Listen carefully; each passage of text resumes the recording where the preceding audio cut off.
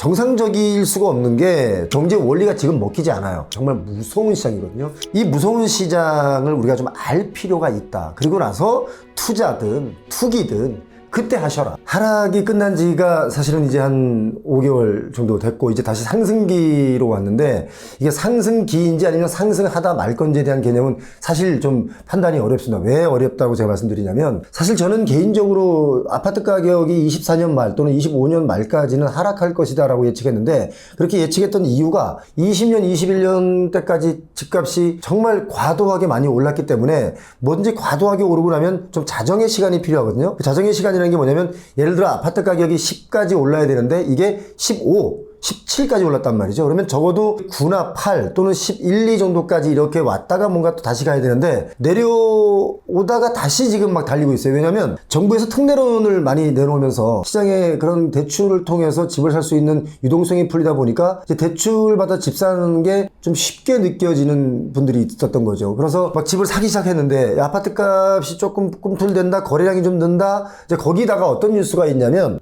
사실 이건 좀 공급자에 의해서 뿌려지는 가스라이팅일 수도 있고 또 실제 그 가스라이팅이 먹혀서 실제로 되기도 한 그런 시장이죠. 왜냐면 공급이 부족하다는 얘기를 끊임없이 했고 또 분양가가 지금 분양하는 게 나중에 분양하는 것보다 훨씬 싸다. 이런 개념들을 자꾸 심어줬기 때문에 그냥 분양하는 아파트 서울 수도권이 지금 막 거의 뭐 완파한 행진을 하고 있는데 이렇게 된 지가 불과 몇 개월 안 됐습니다. 그러니까 사람의 심리는 뭔가 자극받고 뭔가 흔히 우리 시장에서 하는 말로 쫄리면 행동하게 돼 있거든요. 그래서 아마 공급 부족 또 분양가가 더 오른다, 전세가가 계속 치고 올라간다 이런 현상들에 대해서 논의하는 것들이 많이 있었기 때문에 사람들이 심리가 대출받아 구매해야 되겠다 해서 이제 좀 불이 붙은 상황인데 이 불을 지금 정부에서 다시 끄려고 하는데 일단 불이라는 게 잘 아시다시피 한번 붙으면 끄기가 참 어렵습니다. 지금 부동산 시장의 과열은 전기차, 자동차 불나는 거 그 끄기 진짜 어렵거든요. 온갖 그러니까 물을 수백 톤 써야 차 한 대 불을 끕니다. 그러니까 지금 부동산 시장이 불이 붙었는데 돈을 쏟아부을 수는 없으니까 뭔가 큰 규제, 큰 제재가 있지 않으면 이 부동산 시장 가격 급등의 시간을 잡기가 어렵다. 단 한 가지 지금 스트레스 DSR 2단계가 9월부터 시행이 되기 때문에 아마 8월 말까지는 대출이 엄청나게 늘어나고 지금 이 녹화를 하고 있는 8월 말 요때 아마 지금 은행 문턱이 지금 난리가 났을 겁니다. 아마. 은행 가보시면 대출 받아서 집살이 하는 분들이 지금 막 줄을 서 있거든요. 왜냐면 9월부터 시행이 되기 때문에 아마 그 전에 받으려고 하는다. 지금 부동산 분위기 그 분위기예요. 그래서 앞으로 하반기 때 9월, 10월 특히 또 미국 금리가 내려간다라고 하면 우리 금리도 내려가지 않습니까? 기준금리가.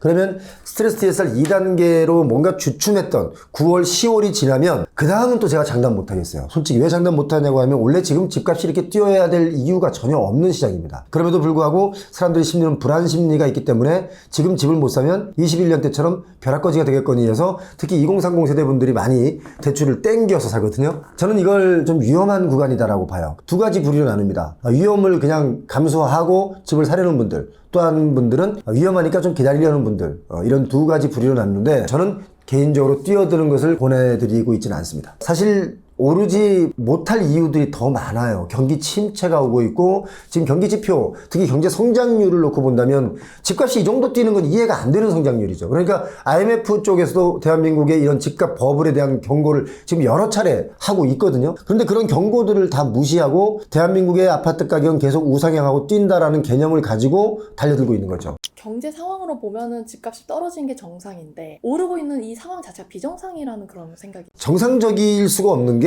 제가 좀 전에 말씀드린 것처럼 특례론들을 많이 해줬지 않습니까? 그 특례론들이 결국 유동성이에요. 집값을 좌지우지하는 것 중에는 뭐 많은 분들이 수요와 공급 이야기를 하는데 공급이 부족하면 집값이 오르고 공급이 넘치면 집값이 떨어진다. 이 공식은 사실 아주 기초적인 경제 원리거든요. 그런데 그 경제 원리가 지금 먹히지 않아요. 왜냐면 공급이 넘칠 때도 집값이 올라간 적이 있고 공급이 부족할 때도 집값이 내려간 적이 있어요. 지난 2012년, 13년, 14년, 15년 이럴 때 한번 여러분 보시면 공급이 좀 많았음에도 불구하고 집값이 하락했단 말이에요. 그러니까 뭐냐면 저는 개인적으로 지금 그 수급의 가장 기본은 유동성이다. 그러니까 19년, 18년부터 바람이 불어서 20년, 21년에 최고가를 쳤는데 그때 우리가 초저금리를 맞이했잖아요. 초저금리가 뭡니까? 유동성을 풀어버린 거예요. 누구나 대출을 쉽게 받을 수 있기 때문에 그 쉽게 받은 대출을 가지고 부동산에 들어왔던 거죠. 그런데 다행히 18년, 19년, 20년, 19년까지 집을 사신 분들은 그나마 좀 버틸 수 있고 좀 대출의 양이 많더라도 버틸 수 있지만 21년 최고가에 사신 분들 우리 경매로 넘어가는 거 많이 봤잖아요. 그렇기 때문에 저는 지금도 이게 뭐 금리가 하락한다라고 하는 시그널들이 나오니까 막 달려들고 있는데 이 역시 경기 침체 국면이기 때문에 집값이 올라야 할 이유는 아니다.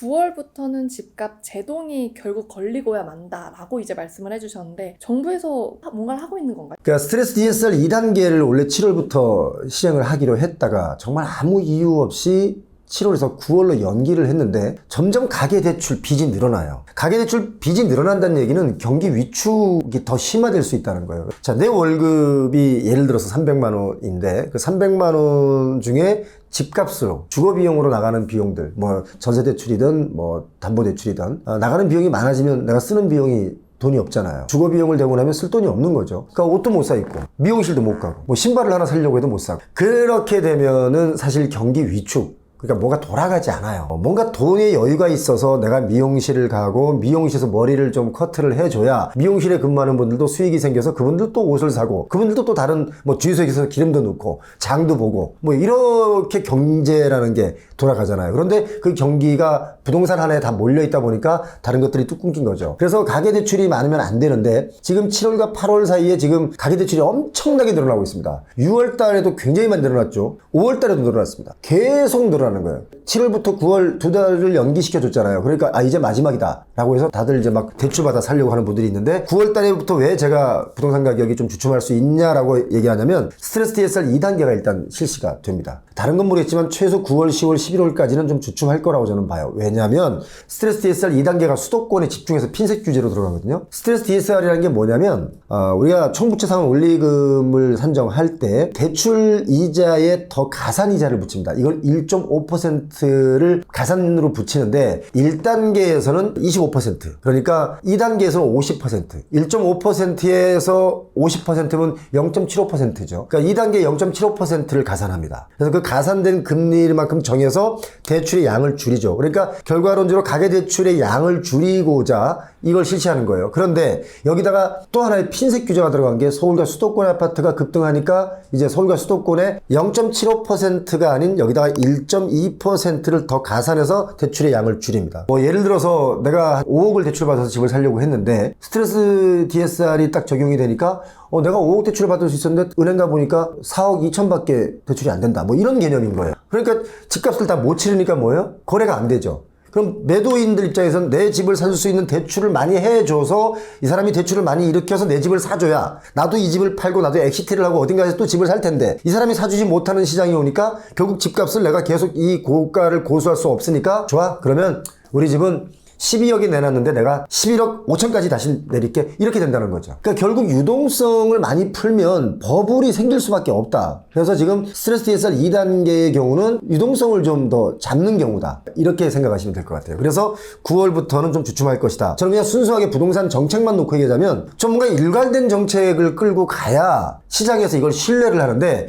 이랬다가 저랬다가 이랬다가 왔다 갔다 이 무슨 저 싸이 노래도 아니고 이렇게 자꾸 움직이니까 이렇게 되면 이게 이제 또 그냥 불장이 되는 거예요. 그때는 어떤 정책을 내놔도 먹히지가 않습니다. 원래 부동산의 하향 안정화가 지금 필요한 시기였다라고 저는 개인적으로 생각합니다. 왜냐하면 20년, 21년에 집값이 너무 미친 듯이 뛰었어요. 사실 집을 그 전에 사신 분들은 벼락 부자가 된 것 같은 기분이 들었고 또 그렇지 않은 분들은 갑자기 벼락 거지가 됐다는 느낌 이 박탈감이라는 게 있는 거예요. 아마 그 박탈감을 느꼈던 분들이 지금 달려드는 시장이 아닌가 그런 생각을 제가 해보는 거죠. 부동산 하향 안정화를 해야 되는데 지금 이게 부동산 가격이 22년, 21년 말부터는 꺾였지 않습니까? 22년에 뚝뚝뚝 떨어졌어요. 제가 21년 8월 달에 그 얘기를 했거든요. 집값이 앞으로 뚝뚝 떨어질 것이다. 미국 금리가 올라간다. 분명히 그런 날 온다 했는데 21년 8월부터 조금 움직이더니 22년에 뚝뚝뚝 떨어졌어요. 그러니까 집값이 갑자기 떨어지니까 어떤 문제가 생기냐면 우리나라는 특히 부동산의 자산 가치가 좀 많이 비중이 좀 높아요. 그런데 전반적으로 만약에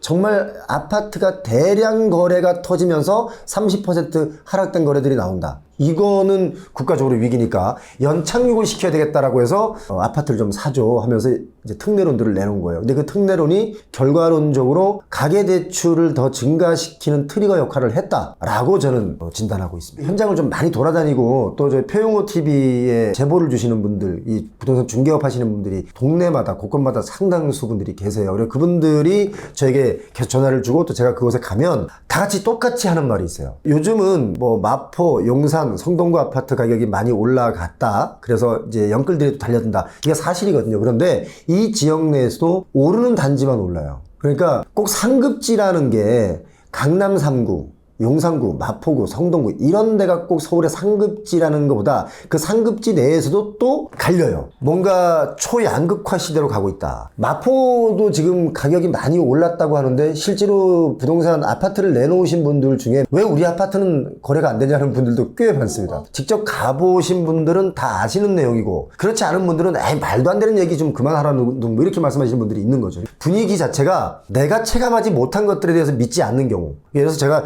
이 방송을 통해서 드리고 싶은 말씀은 어떤 정보가 내 귀에 들어오면 반드시 스스로 체크도 한번 해볼 줄 아는, 만약에 시장 참여자라면 반드시 그래야 되는, 하지만 시장 참여자가 아니고 관망자라고 하더라도 그냥 공부 차원에서라도 꼭 그렇게 해봐라 라는 말씀을 제가 드리고 싶어요.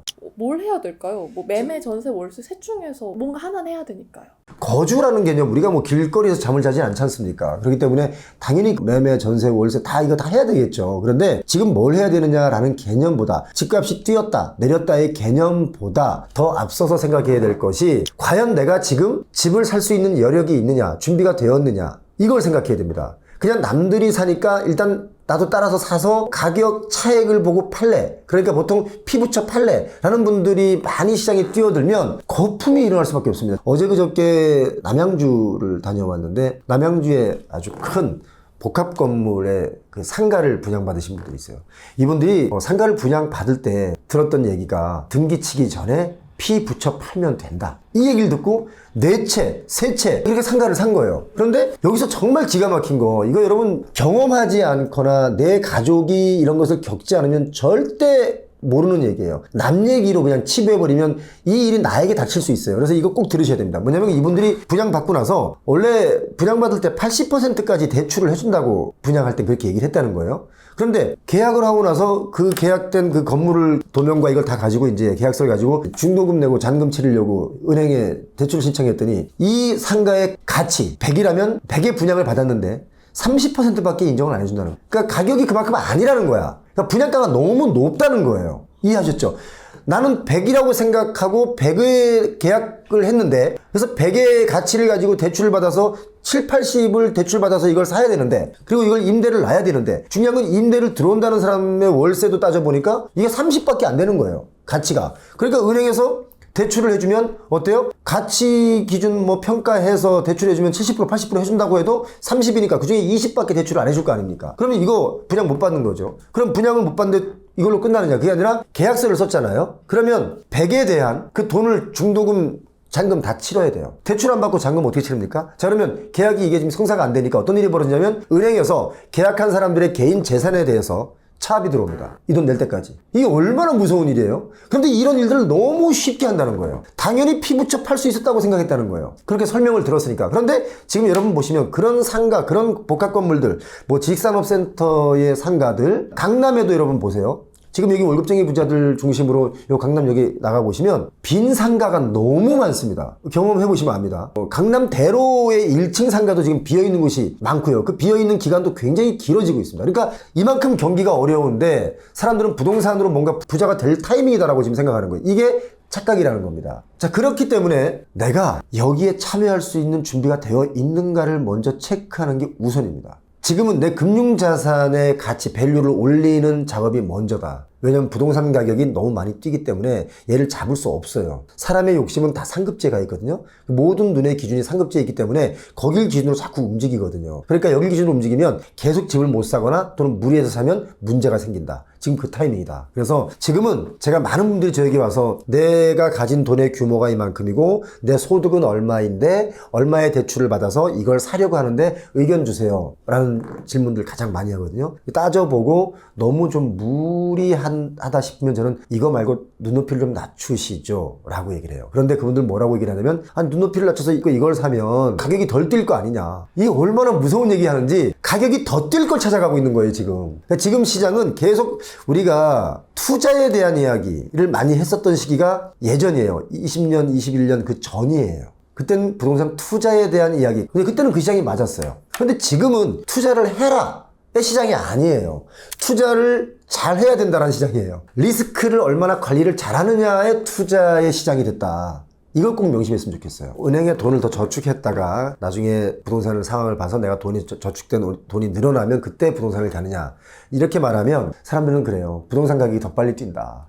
대출 무서워하지 말고 빨리 사라. 이렇게 용감한 분들이 있는데 이거는 대세 상승 구간에는 맞는 말이기도 하지만 대세 하락기에 접어들 때는 이게 망하는 얘기가 됩니다. 돈을 얼마나 많이 버느냐의 게임도 자산시장에선 중요하겠지만 내 돈을 얼마나 지켜가면서 리스크를 줄여가면서 내 자산을 늘려가느냐가 진짜 게임이거든요. 그래서 특히 2030 세대들, 3040 세대분들은 무조건 뛰어들 게 아니라 이런 것들에 대한 공부를 해야 됩니다. 비정상적인 그냥 상승이라고 본다면 근데 이게 정상으로 가는 게 가능할까요? 과연 이 비정상인 시장이 그렇다면 정상으로 갈 것이냐? 그 의문점이 있잖아요. 어떤 경제학자도 사실은 그 의문점에 대해서 답을 못합니다. 다만 우리가 최고로 가깝게 붙어있는 나라 일본의 경우를 보면 일본은 그렇게 버블을 또 버블의 버블을 가지고 가다 결국 버블이 터졌어요. 그때 그들이 하는 말 버블인지 전혀 몰랐다는 거예요. 왜? 높은 가격에 살 사람들이 있으니까.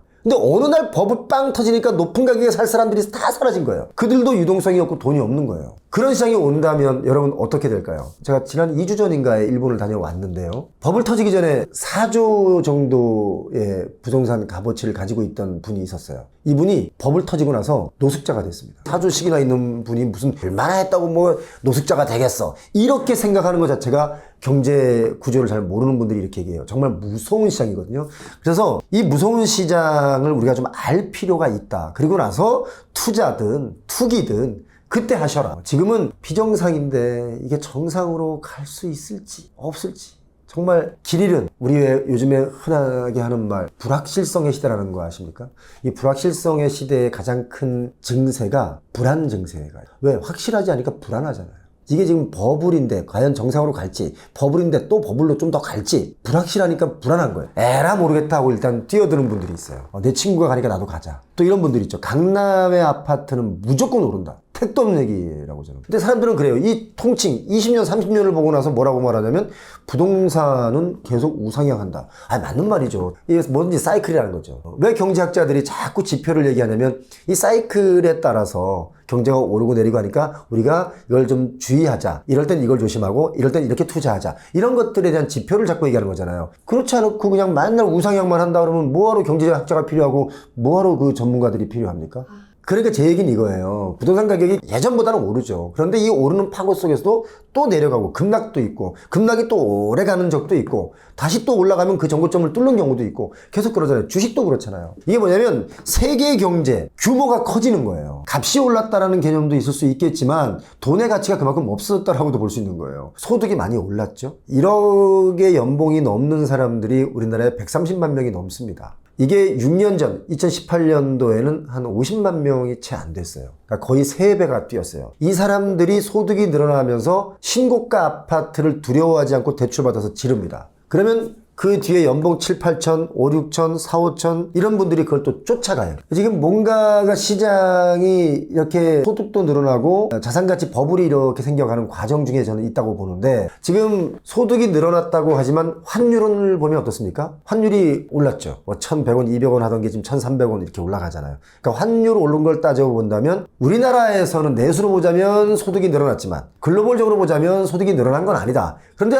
아파트 가격이나 부동산 가격은 거의 2018년보다 2.5배, 많게는 3배, 심지어 다른 지역, 그러니까 인기 지역의 경우는 4배도 간 적이 있고, 이런 상황이 생기니까 그 땅을 갖고 있는 사람들 있죠. 소형 빌딩을 갖고 있는 사람들은 이걸 그냥 5배, 6배 값을 부릅니다. 이게 뭐냐면 미친 부동산 시장이다 라는 거죠. 그러니까 이럴 때는 관망하는 것이 아니라 금융 체력을 길러가면서 내 스탠스가 과연 참여할 수 있는 스탠스인지를 좀 체크하고 내가 참여를 어떻게 하는 게 가장 바람직한가, 그때는 전문가와 함께 상의를 해보시고 움직이는 게 좋다. 자, 여기서 한 가지 이제 오해 소지가 있는데요. 그렇다면 집을 사지 말란 얘기냐, 이런 질문들을 많이 하는데, 집을 사야 됩니다. 언제? 내가 감당 가능한 수준에서 내가 감당 가능한 집을 사야 됩니다. 우리가 자꾸 전셋집으로 올려줘 가면서 이사를 다니는 것도 힘든 일이에요. 매달 내야 되는 월세도 또 부담이 되고요. 그러니까 언젠가는 내가 내 집을 마련해서 내가 거주의 안정을 좀 가져야 되거든요. 그래서 내 집을 갖는 거거든요. 그런데 내 집을 갖지 않는다는 것은 계속 그렇게 뭔가 불안함 속에서 이사를 다니는 경우가 있고, 또 반대로 돈이 정말 많으신 분들은 월세 살아요. 왜? 매번 새로 짓는 아파트를 다니면서 새 아파트에 쭉 산다는 그런 재미도 있다는 거예요. 그런데 월세를 많이 내면서 사시는 분들은 그게 좀 극소수라는 말이죠. 그래서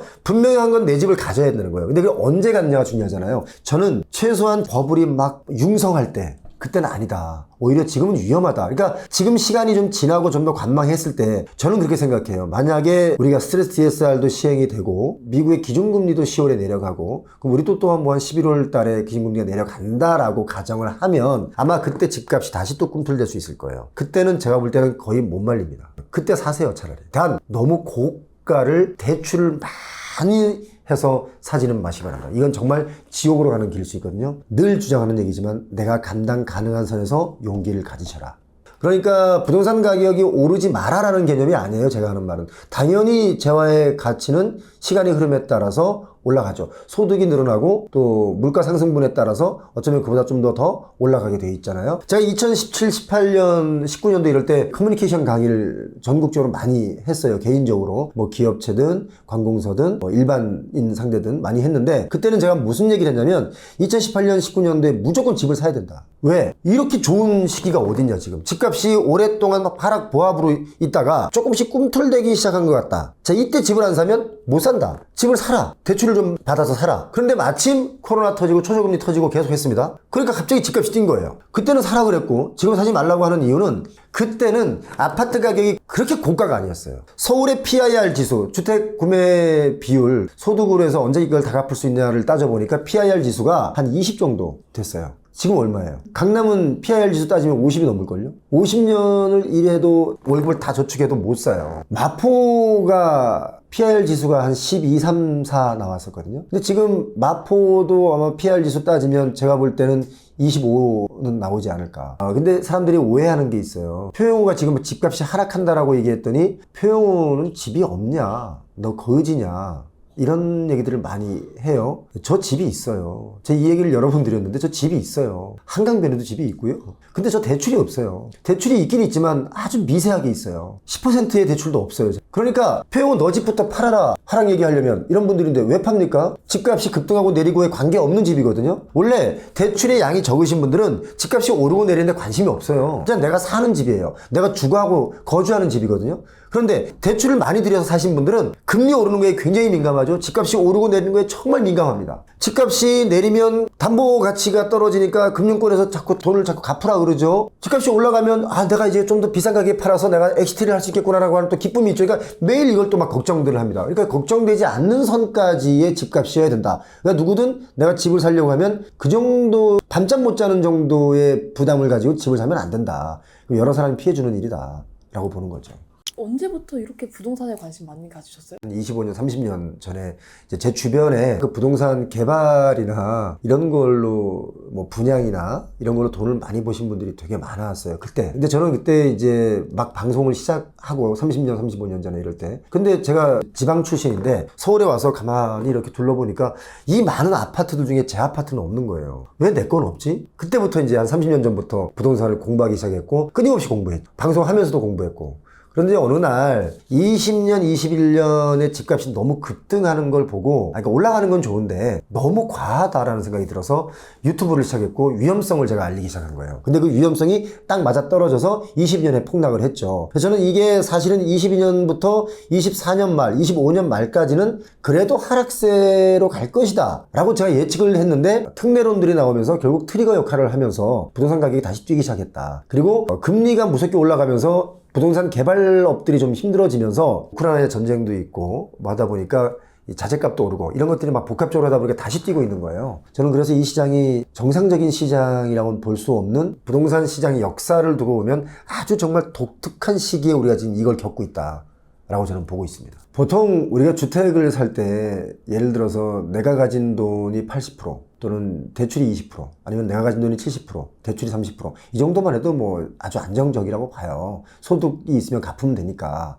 그와 반대로 내 돈이 30% 대출이 70% 내 돈이 20% 대출이 80% 아주 영끌들을 해서 집을 사잖아요. 나만 영끌을 할까요? 이 집이 값이 올랐을 때 누군가가 또 사는 그 사람도 또 영끌을 한단 말이죠. 계속 빚으로만 이 부동산 재화의 값이 올라가고 있잖아요. 그럼 이 빚은 결국 누가 갚습니까? 누군가는 갚아야 되거든요. 안 갚고 그냥 끝나요? 그러니까 터지는 거예요.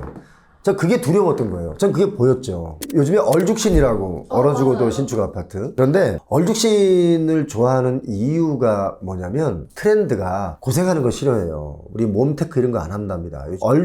얼죽신 이전에 이제 그런 얘기들이 있지 않습니까? 코로나 때 지은 건물은 패스해라. 근데 그때는 자재값이 막 오르고 그러니까 자재를 빼먹고 짓는 건물들이 많이 있다. 사실 이 이야기는요 2020년 때부터 나왔던 얘기들이에요. 전혀 처음 듣는 얘기가 아니에요. 저 입장에서는. 그래서 많은 기자들이 그때 그랬어요. 이제 머지않아 자재를 누락시켜서 짓는 건물들이 수두룩하게 나올 것이다 했는데 사실 여러 사건들이 있었지 않습니까? 사실로 드러났고 물론 모든 건물이 그렇게 지어지진 않았을 겁니다. 그런데 그런 일들이 막 벌어지다 보니까 코로나 때 지은 건물을 좀 패스하라. 그러니까 그랬었는데 지금 요즘은 또 어느 정도 신축 아파트라 해서 그때 지은 아파트들 막 들어가잖아요. 근데 이것도 제가 볼 때는 일종의 가스라이팅도 있다. 신규 공급 아파트들이 끊임없이 분양이 잘 돼야 건설 경기가 살아나요. 계속 내가 만들어낸 재화들이 잘 팔려야 그 다음 스텝을 밟을 수가 있잖아요. 그런데 지금 그게 멈춰섰단 말이죠, 한때. 그러니까 계속 새로운 아파트, 얼죽신 이런 용어들도 만들어내는 거예요. 이 얼죽신 같은 용어가 나오면 바로 이게 트렌드로 바뀌잖아요. 젊은 층들은 이런 얼죽신 얘기가 나오면 바로 이걸 경험해보고 싶은 거예요. 그래서 많은 분들이 얼죽신 하면 아 얼죽신이지, 아 헌아파트 싫어로 바뀝니다, 이게 지금. 그래서 헌아파트에 대한 개념이 또 어떤 게 있냐면 이제 예전에는 재건축을 한다고 치면 용적률을 정말 많이 줘가지고 내가 비용을 좀 덜 들이고 일반 분양물을 많이 넣어서 값을 좀 상계해서 적은 돈을 들인다. 이게 이제 조합들의 입장이었는데 요즘은 건축 비용이 너무 많이 들잖아요. 그러니까 건축 비용을 대려는 거 보니까 어떤 상계동에 제가 가서 직접 확인했더니 아파트 가격이 5억인데 건축비가 5억이고 분담금이 지금 따져서 분담금이 5억이지 이게 7억 8억으로 늘어날 수 있다. 이러니까 이게 난리가 난 겁니다. 자 그렇게 되면 용적률을 2배가 아니고 3배, 4배, 5배까지 줘야 되는 이런 상황이 생겨야 조합 사람들이 크게 자기들 분담금을 많이 내지 않고도 뭔가 새 아파트를 지을 수 있는데 그런 게 막혀버리니까 이제 헌아파트보다는 얼죽신이다. 저희 표용호TV에서도 그런 감리하시는 분들 많이 초대해서 대화를 나눠봤는데요. 바로 이겁니다. 설계라고 하는 것은 설계 자체가 이 건물의 안정성 측면에서 100점짜리예요. 설계가. 근데 짓는 과정에서 그 중에서 한두 개를 뺀다고 해서 이게 100점짜리가 99점이 된다고 해서 갑자기 건물이 무너지진 않습니다. 보통 현장에 있는 분들은 한 30%를 빼고 지어도 건물은 안 무너진다요. 이런 생각들을 하고 있어요. 짓다 보면 이제 철근을 예를 들면 10개가 들어가야 되는데 2개 빼고 뭐 이러다 보면 이제 이게 줄어드는 거죠. 예, 뭐 무량판 구조가 지붕이 내려앉고 뭐 이런 일들이 많이 있는데 아무리 무량판 구조라고 해도 철근을 안 넣고 짓는 건 좀 문제가 있지 않습니까? 무량판이 아니고 무철근판인 것 같습니다. 그래서 그런 일들이 있다 보니까 사람들은 그거에 대한 신뢰가 떨어진 거예요. 그래서 사람들이 공사비 급등 시기에 지어졌던 건물은 패스하라. 그런데 그런 말이 나오고 나서 한 1년 지나면요. 또 금방 잊어버립니다. 지금 청약으로 나오고 있는 아파트들은 이제 지금 짓기 시작하는 아파트고 후분양일 경우는 이제 공사비 급등 시기에 나왔던 것이고 저는 이제 새 집에 들어간다는 그 기대감으로 들어갔다가 이상한 아파트를 발견을 하면은 이제 너무 속상하고 화가 날 것 같거든요. 지금 그런 분들이 너무 많습니다. 사실은 그런 것 때문에 고통받는 분들이 너무 많아요. 벽에서 물이 새고 막 아파트 문을 열는데 전부 다 곰팡이. 제가 그것을 취재한 이유가 뭐냐면 저희들에게 제보가 오면 이걸 취재를 할까 말까에 대한 고민을 먼저 합니다. 경각심이었어요. 그러니까 시공사 입장에서도 그런 영상을 보면 좀 더 세밀하게 체크를 하고 지어야 되는 그런 어떤 책임감을 좀 느끼게 하는 거고, 소비자 입장에서 보자면 이런 것들은 우리 스스로가 좀 체크를 해야 되겠다라는 개념도 생기잖아요. 그러니까 소비자 권익 보호를 위해서 그런 영상을 제작을 한 거예요, 저희가. 그리고 그 실제로 그렇게 고통받는 분들 정말 많습니다. 이거를 내가 집을 사거나 입주하기 전에 아는 방법은 없는 건가요? 입주 체크를 하지 않습니까? 그 체크하러 갔다가 다들 사고가 생기는 거예요. 뭐냐면 금이 갔네, 크랙이 있네, 여기는 왜 계속 곰팡이가 쓰냐, 저기서 왜 지하 주차장에 물이 넘치냐. 이제 그게 입주 사전점검 하러 가면 그게 다 보이는 거잖아요. 근데 사전점검 때 가면은 고칠 수 없는 것들도 많아요. 점검할 뿐이지 고치지 못한다면 그건 뭐 의미가 없는 거 아니에요? 그런 경우는 소비자들, 특히 이제 분양받고 입주하려고 가신 분들 입장에서는 정말 속이 타죠. 그런데 그걸 미리 사전에 방지할 방법은 현재까지는 없습니다. 딱 한 가지 방법밖에 없어요. 감리가 철저하면 되는데, 감리는 결국 돈을 누구에게 받습니까? 그러니까 대형 단지나 이런 데는 이제 지자체에서 감리를 선정하는데, 작은 단지의 경우는 시공사나 시행사에서 감리를 설정합니다. 어차피 갑과 을의 관계일 수도 있는 거예요. 그러니까 철저하게 하고 싶어도 철저하게 뭘 못할 수도 있어요. 그리고 감리들이 또 직접 현장 가서 이게 뭐 제대로 묶었는 물건을 다 볼 수도 있겠지만, 그렇게 인력이 또 충원되지 못해서 그냥 서류로만 이거 예 알았어요 이렇게 하는 경우가 많이 있어요. 그러다 보니까 페이퍼와 현장은 완전히 다른 경우들이 있는 거죠. 법이 좀 바뀌어야 된다고 저는 봐요. 예방하거나 방지할 방법이 없어요. 자정에 의해서 좀 예방하거나 방지를 해야 되는데, 방지할 수 있는 가장 큰 좋은 방법은 현재에서는 감리를 좀 더 철저하게 하는 법안을 만들어야 된다. 그거 외에는 뭐 소비자가 현장 가서 직접 철근 몇 개 묶었는지 다 일일이 볼 겁니까? 못 보잖아요.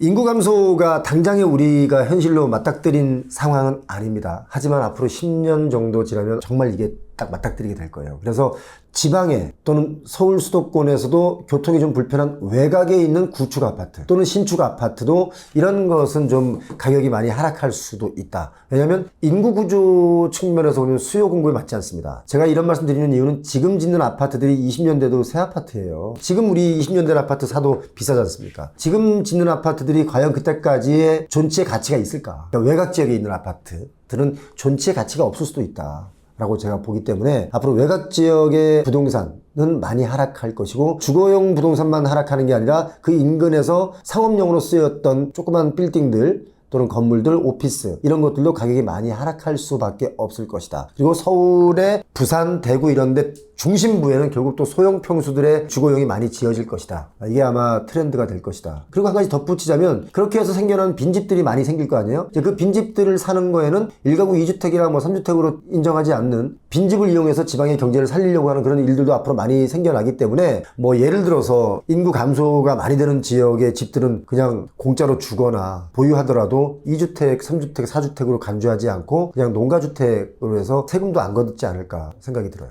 일본은 심지어 우리 집에서 살아주면 내가 전기세 내줄게 이런 집도 있어요. 한국의 미래일 수도 있다고 보시는 건가요? 한국의 미래일 수도 있다가 아니라 그렇게 갈 수밖에 없는 지금 구조를 가지고 있다라는 게 지금 현실입니다. 인구가 감소되면 경제활동 인구도 감소하잖아요. 지금 가장 큰 문제는 은퇴하신 분들의 숫자가 새롭게 경제활동하는 인구의 숫자보다 훨씬 많다는 거잖아요. 경제활동 인구를 안 하고 은퇴를 하시는 분들이 결국 누가 그분들을 책임져야 되냐면 20대, 30대 이렇게 미래세대, 앞으로 10대들이 성장해서 그분들이 이 노년기에 있는 분들의 여러 가지 복지비나 이런 것들을 감당을 해야 되잖아요. 그렇게 되면 이 젊은 세대들이 치러야 할 그 대가가 너무 크지 않습니까? 근데 이걸 또 부동산적인 측면으로 보자면, 이미 이 기성세대들은 부동산 불패 시대를 살아오면서 부동산으로 누려야 할 가치 상승을 다 봤어요. 그런데 인구가 줄어드는 후의 세대들 분들은 그 가치 상승을 맛볼 수 있을까요? 경제학자분들과 인구학자분들이 만나서 좀 토론을 해봐야 되는 문제다. 단 한 가지